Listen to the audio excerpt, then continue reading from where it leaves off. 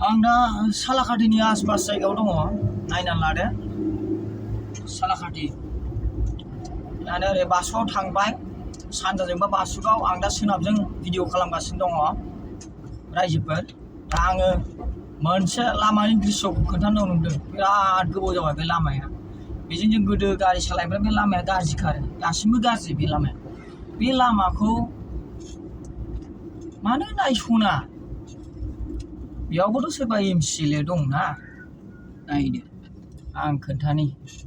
बे जायगाया ओरैबायदि गाज्रि सोरबा जुदि डिलिभारि पेसेन्ट लाना बेजों बारस'लांनांगौबा थैखागोन नै हाखरा बेसेबां गोथौ गोथौ नायदो फुरा बे लामाया गाज्रिजोबखा आरो नै हाखरफ्रा गोथौ गोथौ गोथौ गोथौ दसेबो थाया आरो बेजों थारमाने बेफोरखौ रायजोफोरखौ अननायनि सार्थ'आव बानायना होयोबाथ' मोजांसै बेजों रेल गेट क्रस खालामगोन आरो बे लामाया बिराद गाज्रि बेजों बा डिलिभारि पेसेन्ट लानानै बारस'नांगौबा दिगदार जाखागोन बेजों ओरैबायदि लामा माने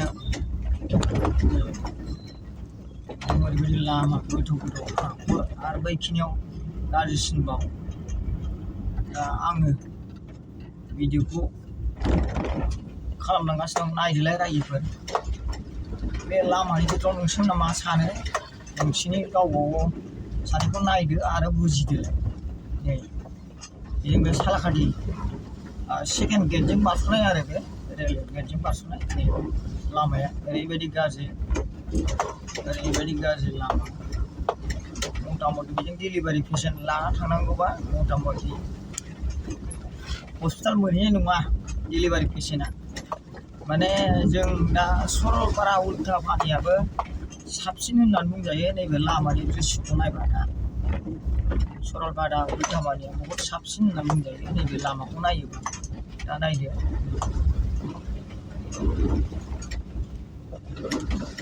बेबायदि अबस्था नायदो दा रेल गेट फैसिगोन नामा थांखिबाय बेबायदि आरो दा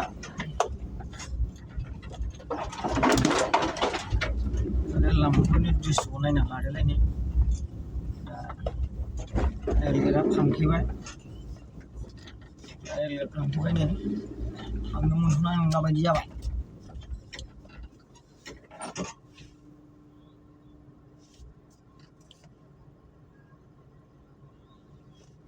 ट्रेन फैगासिनो दं रायजोफोर ट्रेन फैगासिनो दङ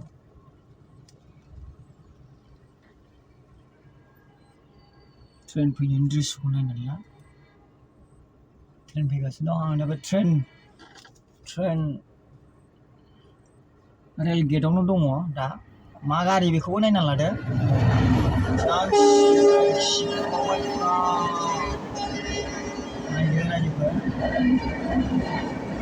सिबखावबायफ्रा आंनियाव दङ नायना लाबाय था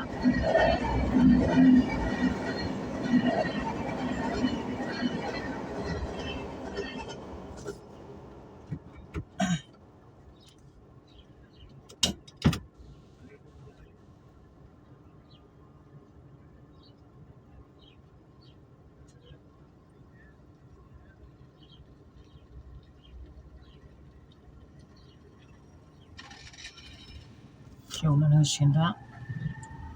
अहिले खुलेर दिन्छ रेलवे स्टेसन बासुगाव गएको थियो खुलेर दियो এতিয়া खुली दिल रेल गेट মই बासुगाव और सालाकाटि গৈছিলো এতিয়া बासुगाव सालाकाटिर পৰা মই যাই আছো আকৌ मेडिकल कॉलेज बंद हो अभी मैं आया था बासुगाव और सालाकाटि तो फिर वापस जा रहा है क'क्राझार मेडिकल कॉलेज यार दर्शको बंधु अकल मैं इतना बासुगाव सालाकाटि आइसिलो इतना मैं गई आसे आको मेडिकल कॉलेज अहिले म बासुगाव सालाकाटि आएको थियो फेरि जान्छु म मेडिकल कॉलेज यो बाटो मैले देखाउँदैछ बाटो कस्तो नराम्रो भएको छ कोही डिलिभरी पेसेन्ट लिएर आए पनि यो डिलिभरी यही खलास हुन्छ ওই ডক্টरकोमा पहुँच्ने उल्टा पानी सरलपाराको भन्दा यो बाटो बेसी नराम्रो छ মানে उल्टा पानी सरलपारा फेरि यही रास्ता तो बेसी खाराप আছে এই রাস্তা তো উপলব্ধ এটা এই স্পিরিটও সব সাপা সাপা ডিউ ডিউয়া চিঠা কৰি লোকে